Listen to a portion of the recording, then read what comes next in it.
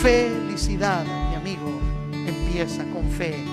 Se llama Jesús y es el Verbo encarnado, la salvación y la seguridad de salvación.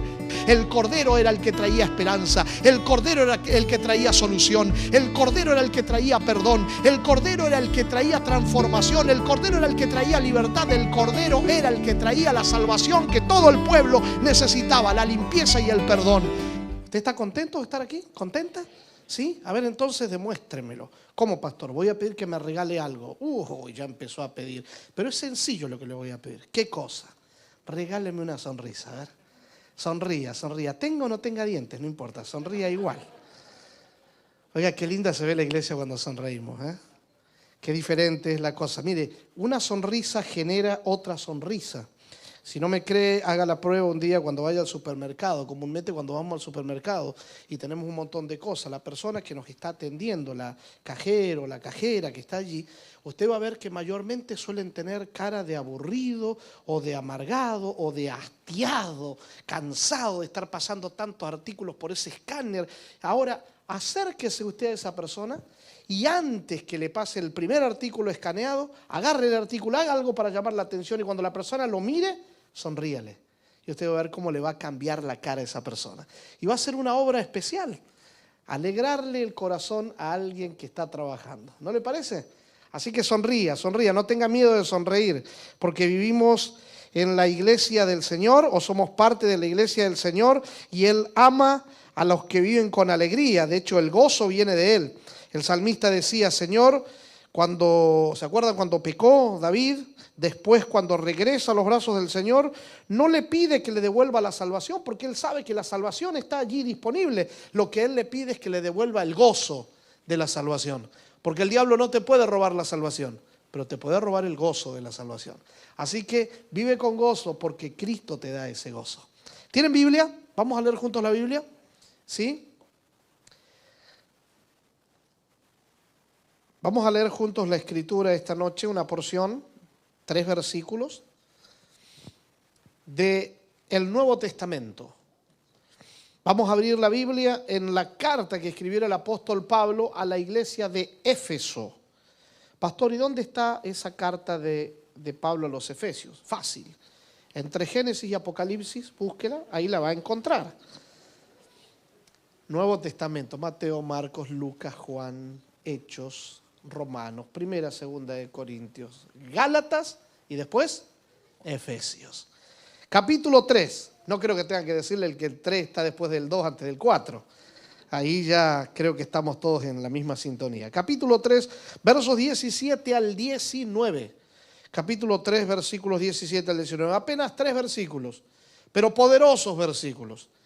El final del último versículo, a mi juicio, contiene una de las declaraciones más extraordinarias que nosotros podamos encontrar en la Escritura.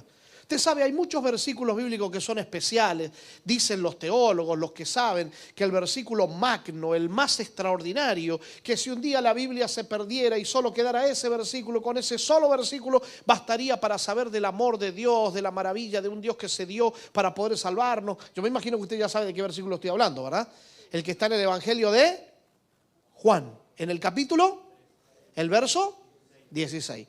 Ese es un gran versículo. Hay muchos versículos lindos. Usted puede tener el suyo. A lo mejor tiene aquel que hace como rima.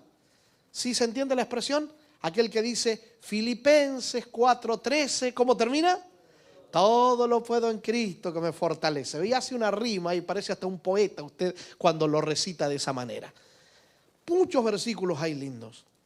Pero a mi juicio, si usted me permite, estos que vamos a leer nosotros, el final del último, contiene una de las expresiones más revolucionarias que presenta la Biblia. Puesto que a mi juicio presenta la experiencia más linda, más extraordinaria, más sublime, más especial que alguna vez ser humano, no estoy hablando de cristianos solamente, cualquier ser humano puede llegar a vivir y a experimentar. Vamos a leer el texto. Efesios capítulo 3, verso 17 en adelante dice así la palabra de Dios. para que Cristo habite por la fe en vuestros corazones, a fin de que arraigados y cimentados en amor, seáis plenamente capaces de comprender con todos los santos cuál sea la anchura, la longitud, la profundidad y la altura, y de conocer el amor de Cristo que sobrepasa todo entendimiento. Y aquí vienen las expresiones que yo les decía recién, el final de este versículo. Acá viene la frase matadora, la explosiva. Dice así el apóstol: para que así seáis, ¿qué cosa? ¿Llenos de qué? De toda la... ¿De quién? De Dios. ¿Le parece a usted que puede haber experiencia más extraordinaria, sublime, sin igual, que la de ser llenos de toda la plenitud de quién? De Dios. ¿Puede haber experiencia más extraordinaria que esa? ¿Puede haber otra razón que ayude al ser humano a vivir con significado y seguridad mientras pasa por esta tierra? ¿Puede haber otra cosa mejor que esto? Note usted que la experiencia que está intentando describir el apóstol es tan extraordinaria que no lo puede hacer con una sola expresión. Y para describir esto, Pablo, el autor, tiene que usar términos sinónimos, redundantes, como elevando la nota, dirían los que saben, está yendo en creyendo, o sea, está subiendo, subiendo hasta llegar al clímax. Porque Pablo dice, hablando o describiendo o tratando de describir esta experiencia extraordinaria, que es posible ser llenos de toda la plenitud de Dios. Note usted que los términos son sinónimos. Por ejemplo, cuando hablamos de una llenura, él dice, es posible ser llenos. ¿Qué cosa es algo lleno? Cuando usted tiene una copa, un recipiente, lo que sea, lleno, ¿significa que a ese recipiente le cabe algo más? ¿Por qué? Porque está completo. Pablo habla de ser llenos, pero habla de ser llenos de un todo. Cuando usted dice yo tengo todo, ¿significa que le falta algo? Porque cuando usted dice esto tiene todo, significa que también está completo. ¿Se da cuenta que son sinónimos?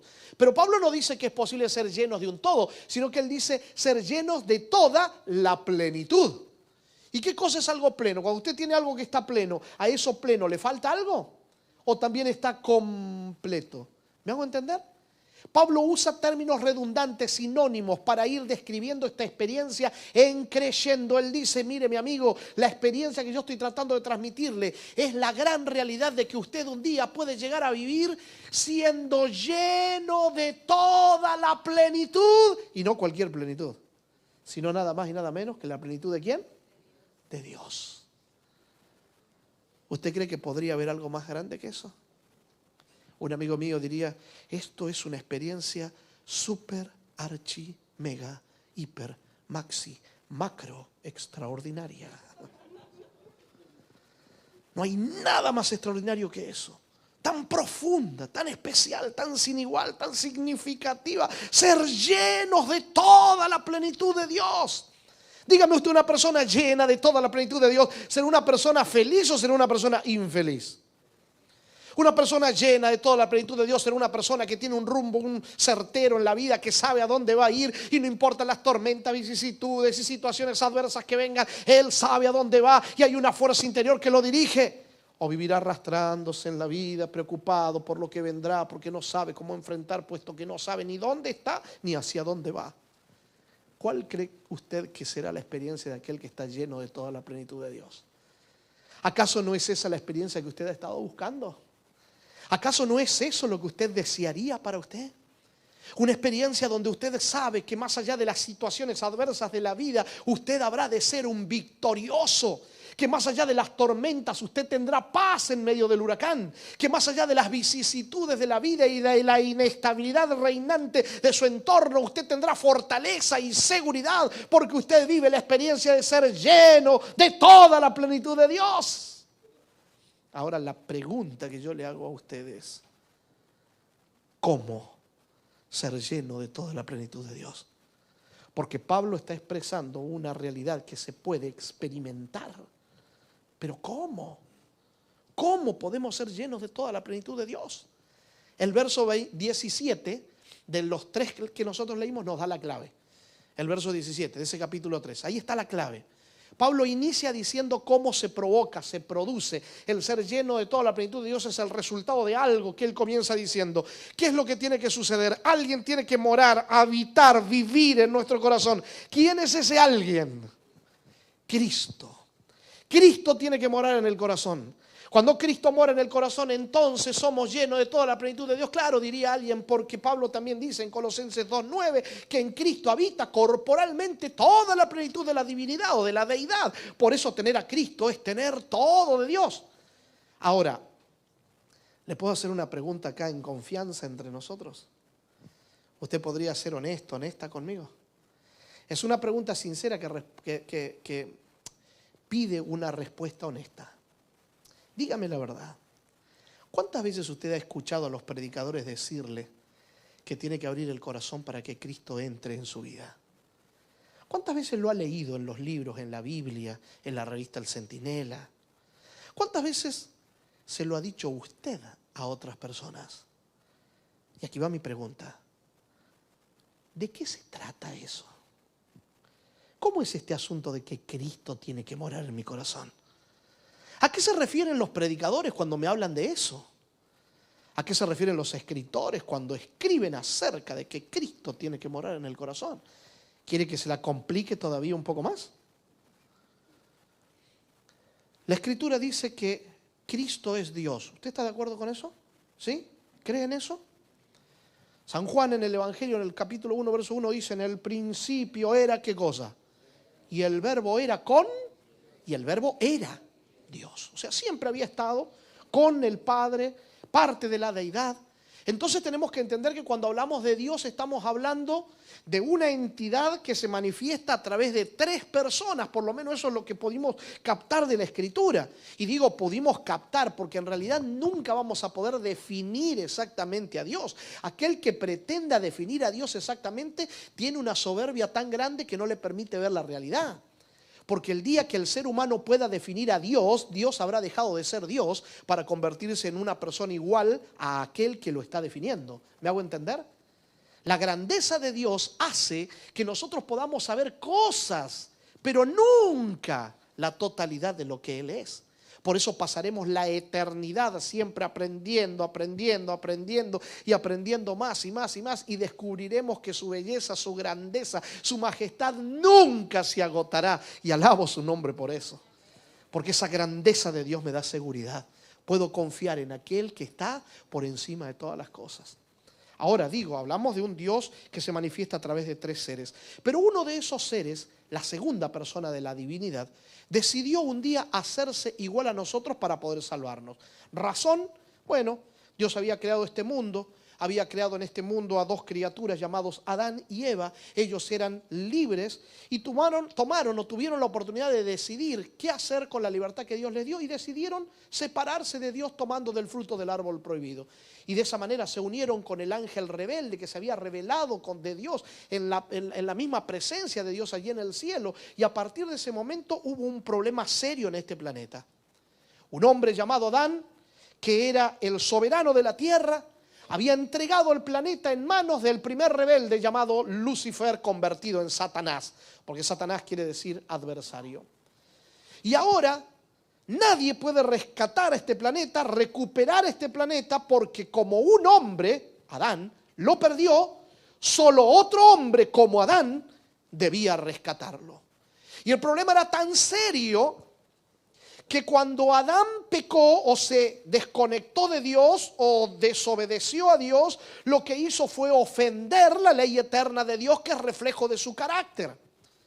Y para resarcir la ofensa de esa ley, quien pague la deuda debería ser tan eterno como la ley ofendida. No había descendiente de Adán que pudiese, por 2 razones. Primero, porque Adán no era eterno, porque su eternidad estaba condicionada a su obediencia. Y segundo, porque por más que algún día apareciera algún ser humano con tanta fuerza de voluntad que lograra obedecer esa ley que Dios le estaba entregando a la humanidad, Ese que hiciera eso solo se podría salvar a sí mismo, pero no al resto.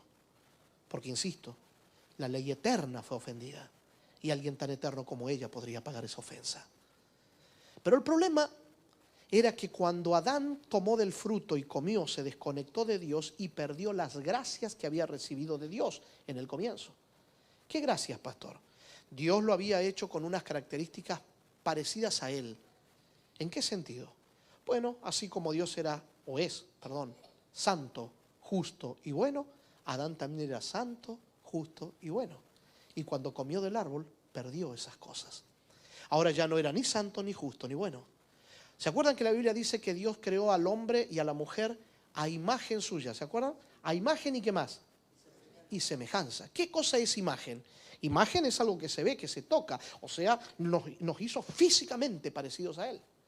Pero también nos hizo a semejanza suya. Semejanza tiene que ver con una realidad interna. Así como Dios es santo, justo y bueno, así internamente Adán era santo, justo y bueno. Naturalmente obedecía a Dios. Naturalmente le brotaba la bondad, el amor, la justicia. Pero cuando comió de aquel fruto, perdió esas cosas. Entonces el problema estuvo, y esto está en Génesis 5:3, que cuando Adán tuvo un hijo, ese hijo que fue engendrado por Adán y por Eva, ya no fue a imagen y semejanza de Dios, porque ahora fue engendrado a semejanza de Adán. Y como Adán estaba desconectado de Dios y era un pecador, ese hijo nació pecador. El problema de la humanidad no estriba en los actos que ejecutamos. Nosotros no somos pecadores porque pecamos. Nosotros pecamos porque somos pecadores. ¿Quién le enseña a un niño a hacer las cosas incorrectas? Si parece que lo llevamos en el ADN incorporado, desde adentro nos brotan esas cosas negativas. Llevamos por dentro una naturaleza autodestructiva. Imagínese que hasta incluso un hombre como el que describía el pastor recién, dotado por la bendición de Dios y la gracia de Dios, a pesar de todo y esa bendición que tenía, miren la vida que vivió ese muchacho llamado Sansón. En Argentina, ¿saben cómo le dicen a los tontos? Hay muchas expresiones. Imagino que en su país también. Allí en mi país a los tontos les suelen decir sonsos. ¿Se entiende esa expresión? ¿La había escuchado antes? ¿Sí? Bueno, en la iglesia muchas veces en vez de llamarlo Sansón, lo llaman Sonsón. Mire usted cómo vivió Sonsón su experiencia a pesar de todo lo que había recibido de Dios. Usted se pregunta, ¿pero cómo es posible? ¿Cómo es posible que los seres humanos, habiendo sido bendecidos como hemos sido bendecidos por Dios, así todo un día terminamos otra vez de cabeza en el fango? Pues el problema está dentro nuestro. Ahora ya no había quien pudiese resolver el problema de Adán. Pero Dios mismo, habiendo sido el ofendido, habiendo sido el traicionado, decide manifestar su amor y Él se va a hacer cargo del problema de Adán. Entonces va a tomar la naturaleza de Adán y se va a hacer hombre, 100% hombre. Pero no va a ser como Adán después de la caída, no puede, porque entonces si no, no podría salvarnos. Él tiene que ser como Adán antes de la caída, pero como viene a un cuerpo que ya tiene 4000 años de degradación, ya no tiene la fuerza que tenía Adán al principio, así que está sujeto a caer y el peligro es muy grande. Pero a Jesús no le importa, lo arriesga todo, arriesgó su eternidad, arriesgó su igualdad con el Padre y vino a esta tierra a ocupar el lugar que Adán no quería ocupar, que era el lugar de la muerte eterna, para que nosotros por su obediencia perfecta ocupemos el lugar que a Él le corresponde. Y ahora me explico mejor en este paréntesis. Para Dios otorgar eternidad, ¿qué cosa es eternidad? La capacidad de vivir, ¿cómo? Eternamente, para siempre. Para Dios otorgarnos la eternidad, Él demanda lo mismo que demandó siempre. Dios no cambia. ¿Usted se acuerda de lo que dice Malaquías 3:6? Porque yo, Jehová, no cambio. Yo no voy a cambiar. Dios no va a cambiar. Por eso su ley es eterna. Porque es un reflejo de su carácter. Él es santo, justo y bueno y será siempre santo, justo y bueno. Digamos lo que digamos, hagamos lo que hagamos, creamos lo que creamos. Él será siempre santo, justo y bueno. Porque así es Él. Ahora, lo interesante de esto es que para Dios darnos a nosotros la eternidad, Él demanda lo mismo que demandaba en el Edén: obediencia de tipo perfecta. El problema es que ya nosotros no se la podemos dar. Pero entonces vino Jesús, con la naturaleza de Adán antes de la caída, pero con la naturaleza de Adán después de la caída, una mezcla. Él tenía las dos naturalezas, además de tener la naturaleza divina y la naturaleza humana. Él era un ser especial, pero era igual a nosotros, de carne y hueso. Por eso fue tentado en todo según nuestra, como dice el apóstol, semejanza. ¿Me hago entender? Entonces, cuando Jesús logra vivir entre los hombres una cantidad de tiempo prudencial que demuestra que su tendencia ha sido constante a la perfección, a la justicia y a la obediencia a Dios, está listo para hacer una sustitución, un canje, un trueque. Le entrega a la humanidad su obediencia perfecta y toma de la humanidad la imperfección y el pecado. Y por eso sube la cuesta del Calvario y allí en la cruz cruenta y cruel muere en favor de la humanidad. ¿Usted se acuerda lo que dice Romanos 6:23? Versículo muy famoso. La paga del pecado, ¿qué cosa es? Muerte. Dígame usted cómo Jesús iba a morir si Él no pecó. La muerte no podía enseñorearse de Él. La muerte se enseñorea del que peca. Jesús no debía morir, no podía morir, porque Él no había pecado. Pero lo que Él hizo fue tomar nuestro pecado. Se lo colocó encima. Escúcheme bien. Esto significa que Jesucristo sintió lo que siente un pecador. Cuando el pecador vive la experiencia de sentirse pecador, en la angustia de reconocer su condición horrenda en medio del fango, ese sentimiento potencializado lo sintió Jesús. Y lo que es peor, el pecado causa separación entre Dios y la humanidad. Cuando el Padre quiso verlo en la cruz, no lo pudo ver. Y cuando el Padre retiró la vista de la cruz, Jesús se sintió solo y abandonado. Por eso gritó: Elí, Elí, ¿se acuerdan? Lama sabactaní.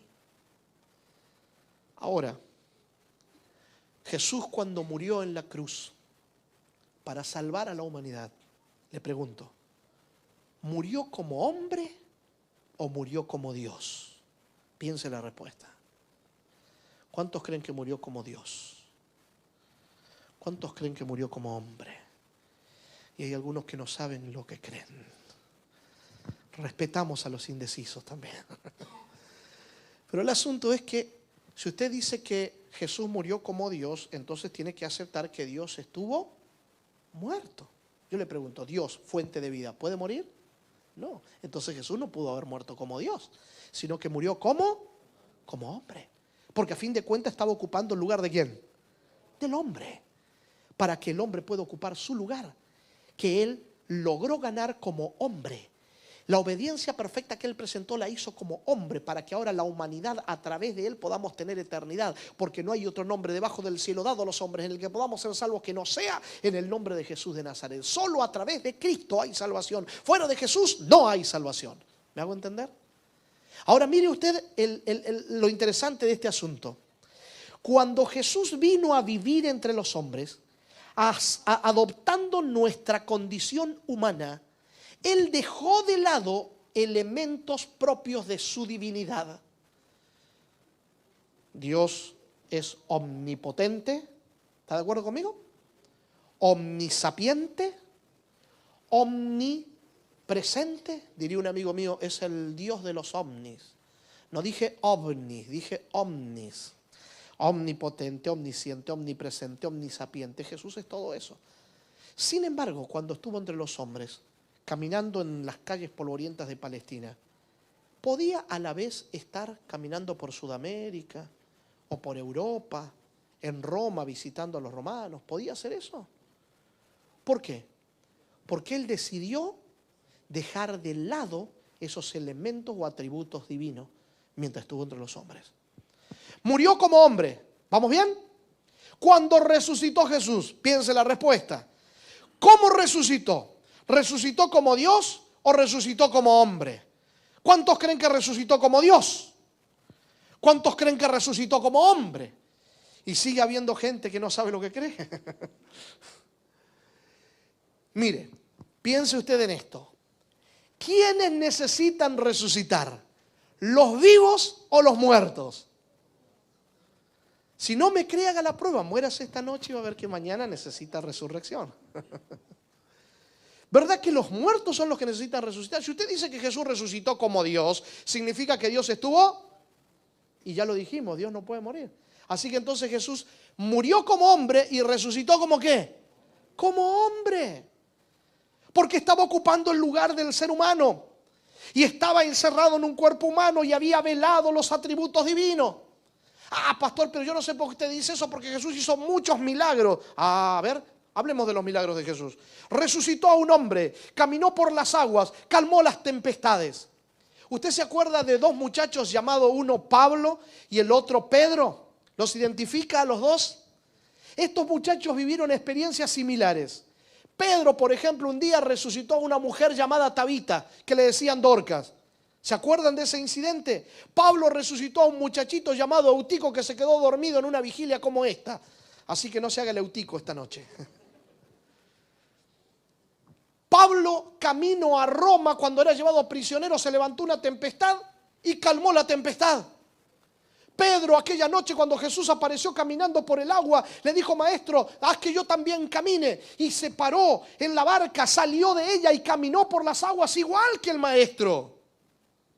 Con esto quiero decirle que Jesucristo no usó su poder divino para hacer las obras que hizo, porque Él sabía bien que las obras que Él había hecho, aquellos que estén conectados con el Padre, como es nuestro privilegio llegar a estarlo, podremos vivir las mismas experiencias que Él en ese sentido.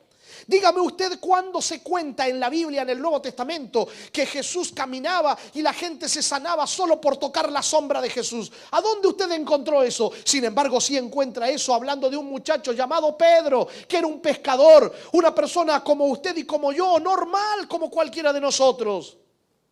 ¿Me hago entender? Los milagros no dependen de nosotros, los seres humanos.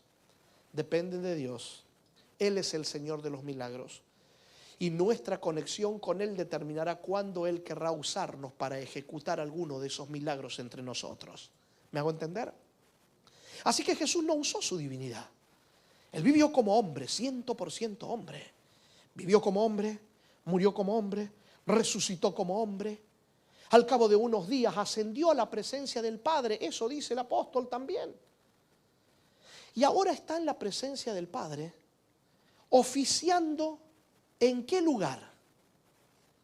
En el lugar santísimo, que queda ¿dónde? En el santuario de Dios. ¿En calidad de qué lo está haciendo allí? Como mediador, como abogado, como usted lo quiera llamar, como sacerdote en nuestro lugar. ¿Lo está haciendo en calidad de Dios o en calidad de hombre? Piense usted la respuesta. ¿Cómo dice el apóstol San Pablo? En la carta a Timoteo, versículo muy conocido, especialmente cuando hablamos con nuestros hermanos o amigos de la iglesia popular, le decimos: uy, cuidado, a ver dónde te metes y a quién le confiesas tus pecados, porque la Biblia dice que hay un solo Dios y un solo mediador entre Dios y los hombres, Jesucristo, ¿qué cosa? Hombre. O sea que todavía Jesús está en el santuario en calidad ¿de qué? De hombre. Toda la carta del apóstol Pablo a los hebreos pretende presentar a Jesucristo como el ser humano perfecto, el varón perfecto de Dios, y por ende es nuestro garante, nuestro sustituto, que no se avergüenza de llamarnos hermanos y que está allí en la presencia del Padre abriéndonos la entrada para que confiadamente podamos llegar al trono de la gracia. Jesús es nuestro representante y está allí como ser humano, porque a los seres humanos vino a salvar. Y todavía sigue encerrado en un cuerpo humano. ¿A dónde quiere llegar, pastor, con esto? Yo les decía que les iba a complicar un poquitito el asunto, porque estamos hablando de cómo vivir la experiencia de ser lleno de toda la plenitud de Dios. Para esto Cristo tiene que morar en el corazón. Pero ¿cómo hace Jesús para morar en mi corazón si está en el santuario celestial? ¿Cómo hace Jesús para morar en mi corazón si está encerrado en un cuerpo humano y Él decidió estar allí mientras dura este plan de redención? ¿Cómo funciona este asunto? ¿Cómo es que Él mora en mí? Un día, una noche, cuando Jesús había cenado con los discípulos, la última noche que estuvieron juntos, antes de la muerte, claro, Caminando por un lugar, Él les habló de muchas cosas y entre lo que les dijo que Él se iría otra vez a la presencia de su Padre a preparar moradas. Y ellos dijeron: Maestro, no te vayas, no nos dejes huérfanos, no vamos a quedar solos, te necesitamos, tú eres nuestro consolador. Y Jesús les dijo: no, no, muchachos, a ustedes les conviene que yo me vaya. Porque cuando yo me vaya enviaré de la presencia del Padre al otro consolador. Ah, había otro consolador. ¿Quién era ese Alos Paráclito, ese otro consolador? Jesucristo mismo lo explicó, y esto está en San Juan 14, versículo 17 en adelante, y todo el capítulo 15 le habla de la permanencia, y en el 16 vuelve a hablar de este mismo personaje llamado el Espíritu de verdad, el Espíritu Santo. Él dice: al cual el mundo no puede conocer porque no le ve ni le conoce, pero vosotros le conocéis porque el Espíritu Santo estaba en Cristo. Y ellos podían conectar con Dios a través de Él porque Él estaba conectado con el Padre a través del Espíritu Santo. Entonces ese Espíritu Santo, que es Dios, que tiene las características propias de Dios, omnisapiente, omnipresente, omnisciente, omnipotente, etc., ese ser vendría de parte de Jesucristo para ahora conectar la humanidad con Cristo y a través de Cristo conectarnos o continuar conectados con la divinidad. ¿Me hago entender? Así que el Espíritu Santo enviado de Jesucristo vendría a esta tierra para que esté con nosotros. Eso fue lo que Jesús dijo: Él estará con ustedes. ¿Qué significa la experiencia contigo? Cuando tú dices: ah, Él está conmigo, significa que está a tu lado. Pero el apóstol nos habla de que Jesús tiene que morar en el corazón. Y Jesús también nos dijo que ese Espíritu Santo no solamente estaría con nosotros, sino que también estaría en nosotros. ¿No le parece a usted que hay una diferencia entre estas dos preposiciones, dirían los que les gusta la gramática? La preposición con y la preposición en denotan realidades diferentes. Con es algo que pasa externamente, fuera de ti, pero en es una realidad subjetiva, interna, algo que pasa ¿dónde? Adentro. Así que el Espíritu Santo no solamente estaría con nosotros, sino que estaría. Así que ¿quién sería el que moraría en el corazón? El Espíritu Santo. Y el Espíritu Santo nos traería a Cristo. O sea que cuando hablamos de que Cristo tiene que morar en el corazón, ¿quién es el que habrá de morar en el corazón? El Espíritu Santo. ¿Me hago entender? ¿Vamos bien? ¿Me va siguiendo? Para rematar esta parte, Jesús dijo que Él es el camino, ¿qué más? La verdad y la vida. Juan dice que el Espíritu Santo también es la verdad. Entonces usted puede entender que como Cristo es verdad y el Espíritu es verdad, Jesucristo puede morar en nosotros a través del Espíritu, porque los dos son verdad y por lo tanto los dos traen libertad al corazón. Jesús dijo: conoceréis la verdad y la verdad os hará libres. Pablo dice en 2 Corintios 3:17: el Señor es el Espíritu, y donde está el Espíritu del Señor, allí hay libertad. Así que Cristo habrá de morar en nosotros a través del Espíritu. Es el Espíritu el que viene al encuentro nuestro, el que nos busca, el que nos encuentra, el que nos seduce, el que nos trae cautivos a la presencia de Jesucristo en la experiencia espiritual, el que toca nuestro corazón y el que nos llena de Cristo es el Espíritu Santo. Pablo dice que es posible ser lleno de toda la plenitud de Dios. Para ser lleno de toda la plenitud de Dios, Cristo tiene que morar en el corazón. Cristo mora a través del Espíritu Santo. Hasta allí vamos bien. Pero la pregunta crucial con la que entro en la recta final del mensaje de esta noche sería: ¿y el Espíritu Santo cómo es que mora en el corazón? ¿De qué se trata esta experiencia de que el Espíritu tiene que morar en mí? Cuando hablamos de que el Espíritu Santo mora en el corazón, significa que Dios está dentro tuyo, como dice la Nueva Era. ¿De qué se trata este asunto de que el Espíritu Santo está en ti? Cuando el Espíritu Santo está en ti, el Espíritu Santo es Dios. Dios no peca cuando tú pecas. ¿Qué pasó? Te abandonó el Espíritu, te dejó, entra intermitentemente en ti, por un momento está, después un momento se va. Entra y sale, va y viene. ¿Cómo funciona este asunto? ¿Cómo es que mora el Espíritu Santo en nosotros? ¿Será que viene a nosotros a través de como un viento recio y se introduce a través de alguno de los orificios de nuestro cuerpo hasta que llega al corazón y sentimos una emoción o un estremecimiento desde los talones hasta la coronilla de la cabeza? Y entonces cuando tenemos esa emoción podemos decir que hemos sido llenados del Espíritu. O nos caemos al piso y empezamos a hablar cosas que ni sabemos lo que estamos diciendo en idiomas que jamás hemos escuchado antes. Y cosas así, como algunos por allí dicen. ¿Cómo funciona este asunto? Vamos a entrar en la recta final del mensaje. Acompáñeme al Evangelio de Juan capítulo 1, versículo 14 y versículo 17. 3 versículos muy conocidos también para nosotros. Uno de ellos, de hecho, lo repetimos esta noche en algún momento. Lo vamos a volver a mencionar. San Juan capítulo 1, versículo 14 y versículo 17.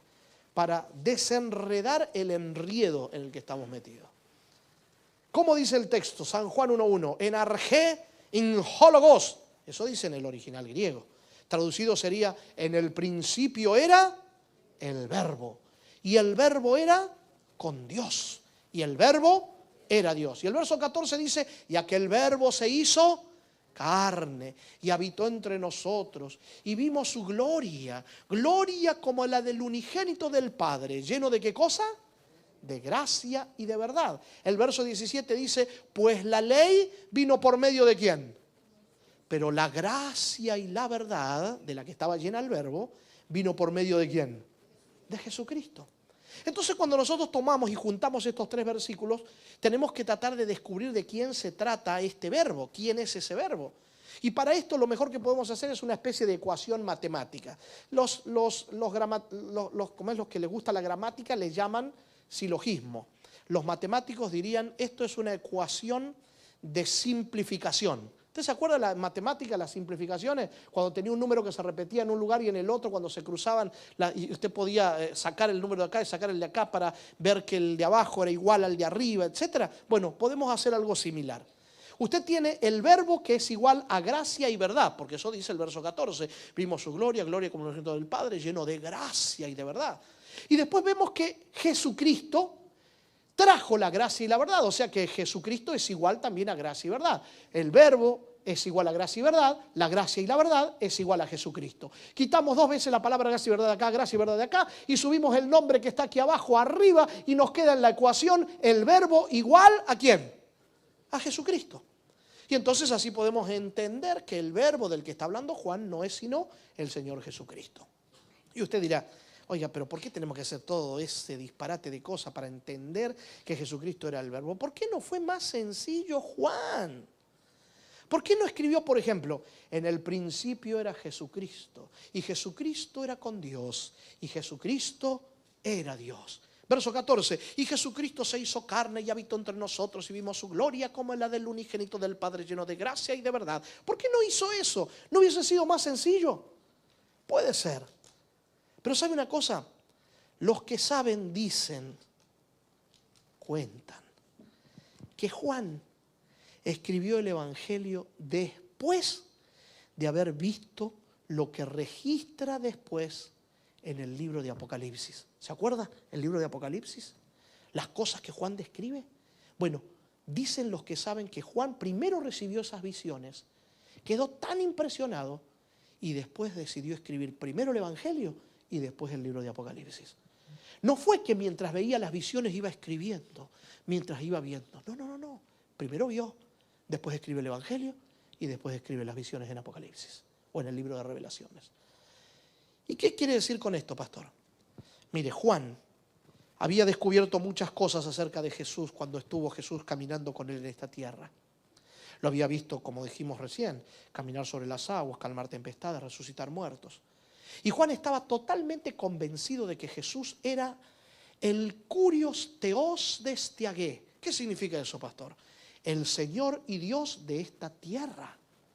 Estaba tan convencido que cuando el emperador de turno se proclamó Señor y Dios, Kurios Theos de la tierra, Juan dijo, no puedo aceptar ese título, mi amigo, porque si acá hay uno que es Señor y Dios de esta tierra, se llama Jesucristo.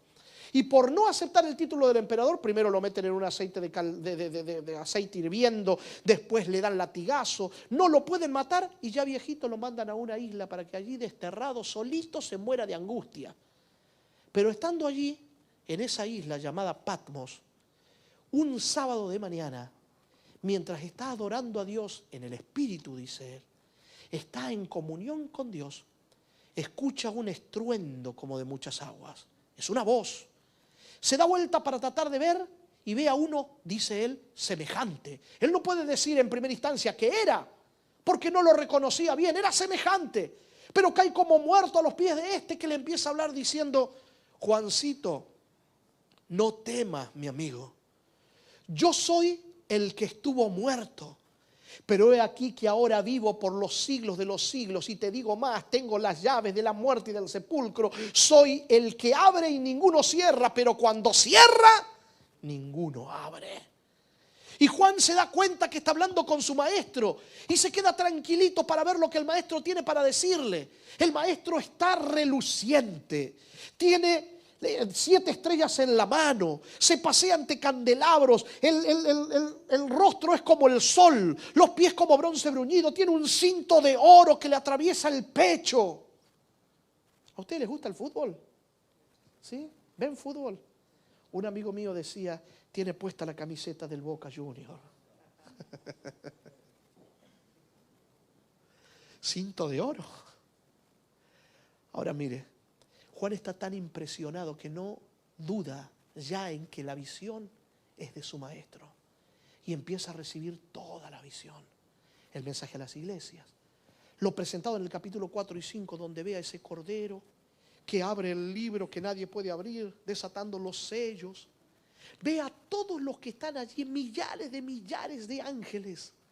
24 ancianos representando a todos los mundos de este vasto universo, que rinden loores y alabanzas al que está sentado en el trono y al cordero. Y entonces Juan entiende que Jesucristo es mucho más de lo que él pensaba.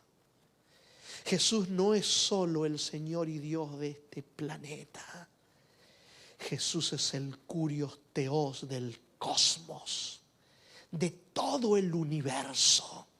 El universo completo le rinde loores y alabanzas. Él está sentado en el trono y de allí nada ni nadie lo mueve. Alabado sea su nombre. Él está al control de todo. Entonces Juan entiende que si hay algo que los seres humanos necesitamos, no es otra cosa sino una experiencia con Jesús, que sin Jesús estamos perdidos, que sin Jesús no estamos completos, porque en Él estaba la vida y la vida era la luz de los hombres. El que tiene al Hijo, dice Juan, tiene, ¿se acuerdan? La vida. El que no tiene al Hijo, no tiene vida, porque Juan descubrió que Jesús es la esencia de la razón de la existencia humana. Sin Jesús no hay nada para nosotros. Por eso cuando va a hablar de Jesús, Él va a contar las cosas que los otros no cuentan. Por eso el Evangelio de Juan es muy diferente a la presentación de los otros 3 evangelios llamados evangelios sinópticos. El de Juan es diferente. Porque Juan, además de presentar a Jesús como el Señor y Dios, el Kurios Theos del universo, lo presenta también como el Señor y Dios de las vidas personales. Por eso cuenta los encuentros personales de Jesús en las bodas de Caná de Galilea, con la mujer junto al pozo, con Nicodemo una noche, con el paralítico en el estanque, y remata con la reivindicación de aquel muchacho llamado Pedro, cuando frente al mar de Tiberias en Galilea le pregunta 3 veces al que lo negó 3 veces, Pedro, ¿me amas? Ah, porque Jesús es el Señor y Dios del cosmos, sí, del universo, pero quiere ser el Señor y Dios de tu universo personal. Entonces cuando Juan entiende eso, sabe que no puede andar con vueltas, no puede hablar de la genealogía de Cristo, nada, tiene que ir directo al corazón y presentar a Jesús como es. Entonces busca las expresiones más profundas para hablar de Cristo. Había una palabra que usaban los filósofos de la época de Juan, que la usaban para decir la forma en la que los dioses se comunicaban con los mortales. Y Juan dice, hay algo de cierto en eso. Pero esa palabra que ustedes están usando, quiero decirles que un día se hizo carne, porque esa palabra que Dios usó para comunicarse con los mortales no era sino el mismo Dios. Y entonces usa la expresión aquella que usan los filósofos y la transforma. Esa expresión, dicen los filólogos, los que saben y estudian el origen de las palabras, que tiene 105 connotaciones. Es una palabra complicadísima, pero a la vez todas estas están entrelazadas en una misma realidad.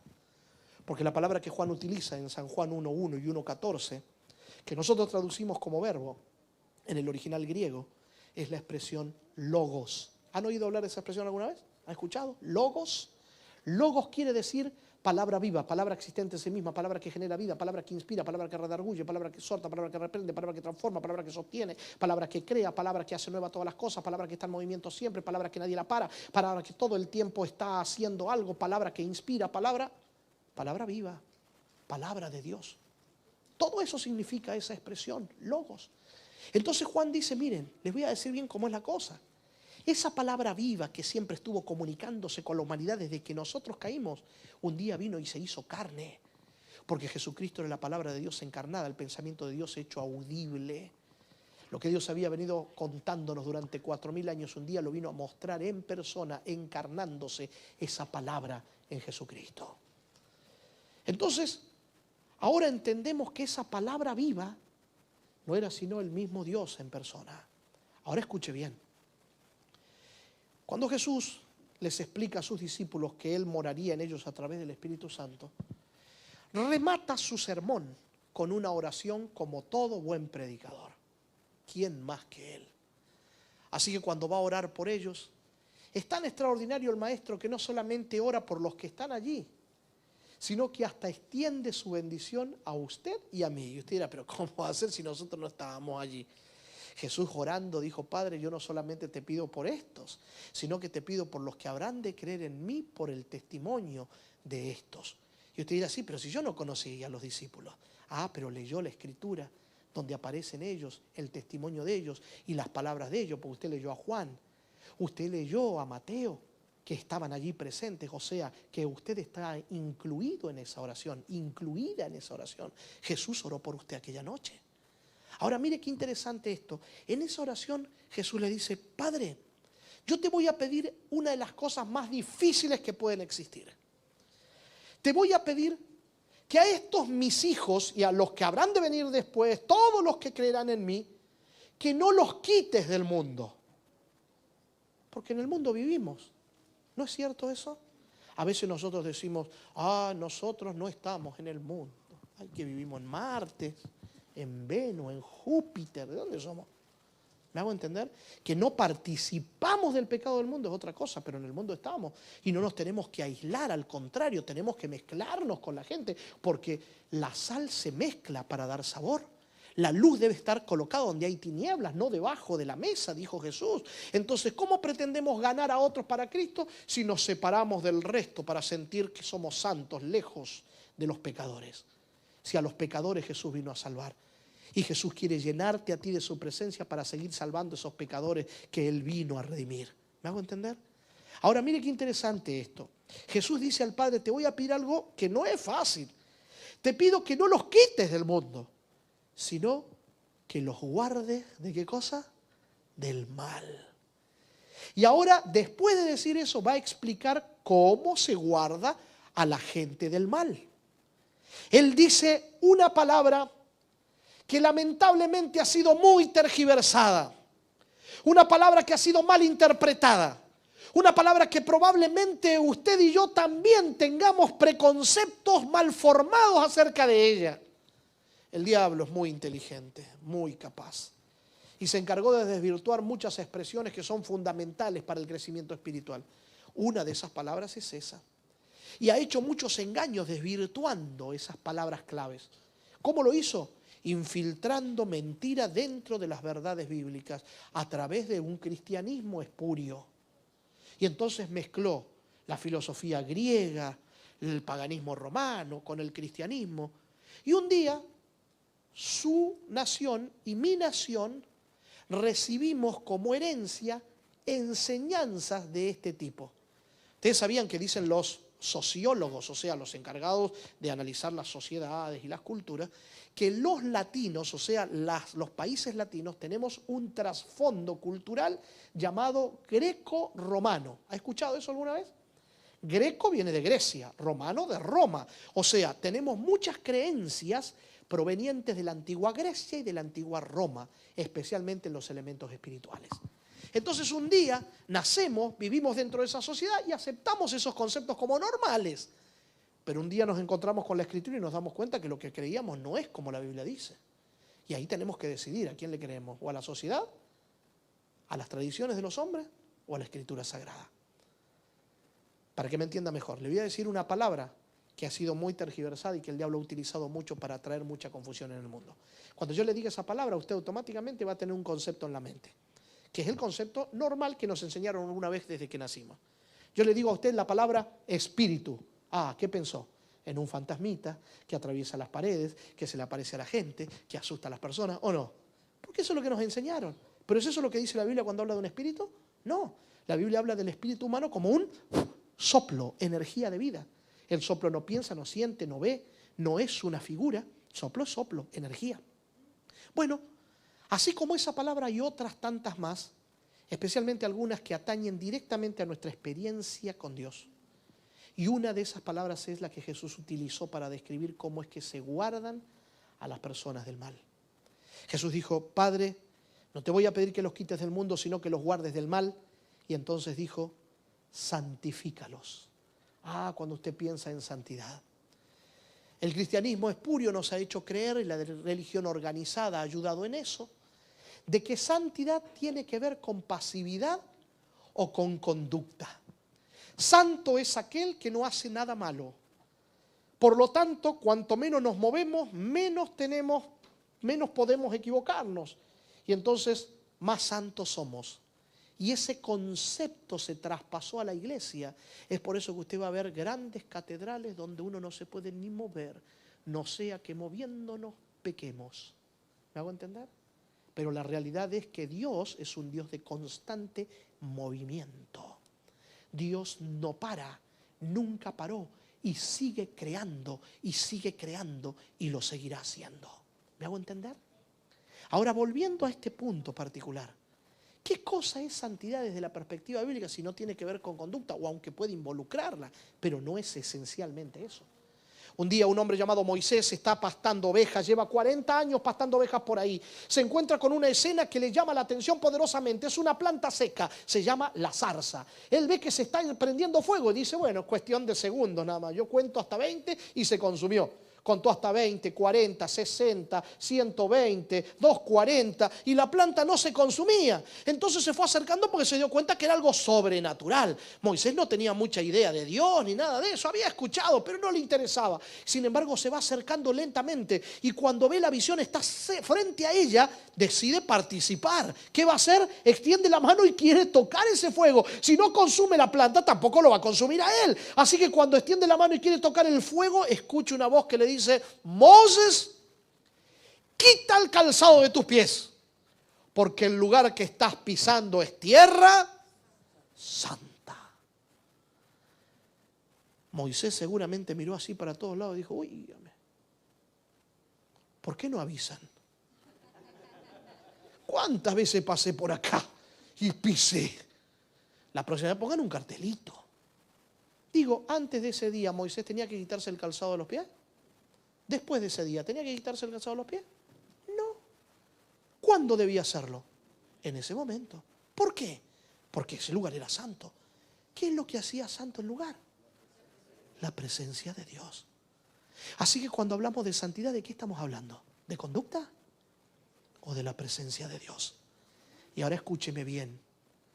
Usted puede ser la persona más correcta, más buena, pero si usted no tiene la presencia de Dios en su vida, usted no es santo, usted no es santa. Usted es una persona correcta.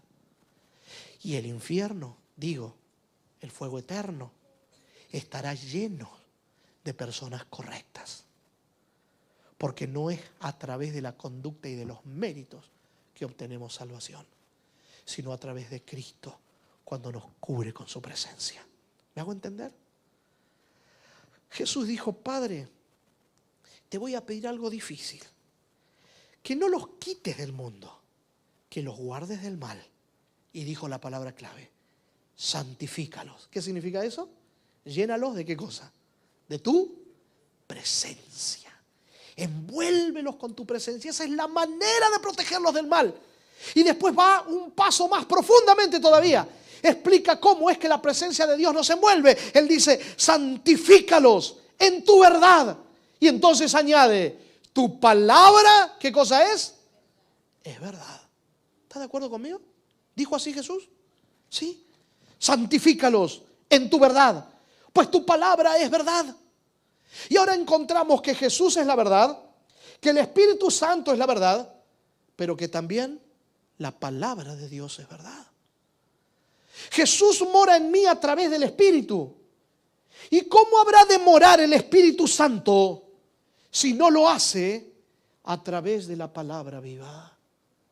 Porque la palabra de Dios es más viva y eficaz y que penetra como toda espada de dos filos hasta partir el alma, el espíritu, las coyunturas y los tuétanos, y discierne los pensamientos y las intenciones mismas del corazón. Porque nunca la profecía fue traída por voluntad humana, sino que los santos hombres de Dios hablaron siendo inspirados ¿por quién? Por el Espíritu Santo. Jesucristo dijo: las palabras que yo os he hablado son espíritu y son vida. Mi querido amigo, ¿usted quiere vivir la experiencia de ser lleno de toda la plenitud de Dios? Entonces tiene que dejar que Cristo muera en usted. ¿Y cómo Cristo habrá de morar en usted si usted no dedica tiempo para conectarse con Él a través del estudio de la palabra? Tomo lo que decía el pastor Hernández, ¿verdad? El que estuvo antes. La vergüenza de cuando se pasaba el registro de los quienes habían estudiado la Biblia durante la semana. Y hoy ya no se pasa porque poco estudiamos la Biblia. Pero queremos tener fortaleza, queremos tener espiritualidad fuerte, victoriosa, queremos ser cristianos que hagan diferencia, pero no tenemos contacto con Dios a través de la Escritura Sagrada. Yo no le estoy hablando de estudiar la Biblia como quien quiere aprender datos acerca de Dios o como decía el pastor, idolatrando un libro. No. Yo le estoy hablando de aquel que quiere conocer a Dios, al personaje central que está en la Escritura, que desde Génesis y Apocalipsis se nos revela de una manera particular. A mí una vez me enseñaron que la Biblia era una especie de manual del buen comportamiento humano y la mejora para la vida humana. Y si bien es cierto que algo de eso puede haber, la realidad es que la Biblia es más que eso. La Escritura es el tratado de Dios, la carta de Dios donde Dios nos enseña quién es Él. El propósito de la Biblia es que conozcamos a Dios, no que aprendamos a comportarnos, porque Dios se va a encargar de nuestro comportamiento y Él nos llevará a vivir lo que Él entienda que debamos vivir para la gloria y honra de su nombre y bendición de nuestra vida. ¿Me hago entender? Entonces, mi querido amigo, mi querida amiga, el secreto estriba en dedicar tiempo para sentarnos a los pies del Maestro y contemplarlo a Él a través de la Escritura Sagrada. San Juan 14, 23, búsquelo conmigo, es el penúltimo versículo. Después de este leeremos uno más y con esto terminamos. San Juan 14, 23, allí se resume lo que estoy tratando de decirle. Jesucristo dijo en aquella ocasión que les estaba explicando que se iba, que vendría el Espíritu Santo en su lugar, que el Espíritu Santo moraría en el corazón. Les dice a ellos: el que me ama, verso 23, ¿cómo sigue? Mi palabra, ¿qué hará? ¿Lo tienen? Juan 14, 23, ¿cómo dice? El que me ama, mi palabra. Oiga, y algunos tomaron ese texto literalmente y han agarrado la Biblia, la guardaron en un cajón y no la leyeron nunca más. El que me ama, mi palabra guardará. Oiga, no está hablando de eso. O lo que es peor, algunos han hecho de la Biblia un amuleto. ¿Sabe qué? A veces voy a visitar gente en las casas y tienen una Biblia grande, de esas bien bonitas, la familiar. Y yo digo, ¡qué linda Biblia!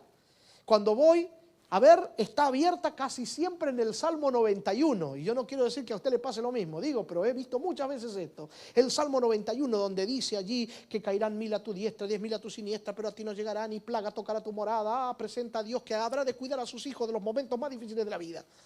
Y todo el mundo la deja así abierta, ahí. Entonces usted pasa y pasa el dedo por encima y la encuentra llena de polvo. Porque está abierta en el Salmo 91, pero no la leen. ¿Usted cree que por tenerla abierta en el Salmo 91 con eso habrá bendición? La bendición está cuando nosotros contemplamos a Jesús a través de ella. Porque es a través de la Escritura que el Señor nos habla al corazón. El que me ama, como dice el texto, mi palabra guardará. ¿Y qué hará el Padre? Y mi Padre le amará. ¿Y qué sucederá? Y vendremos a Él. ¿Y haremos qué cosa? Morada. ¿Dónde? En Él. ¿Cuántos de ustedes cuando estuvieron enamorados, digo, no quiero preguntar si están enamorados todavía, porque capaz que su cónyuge está aquí y usted no levanta la mano y se mete en un problema?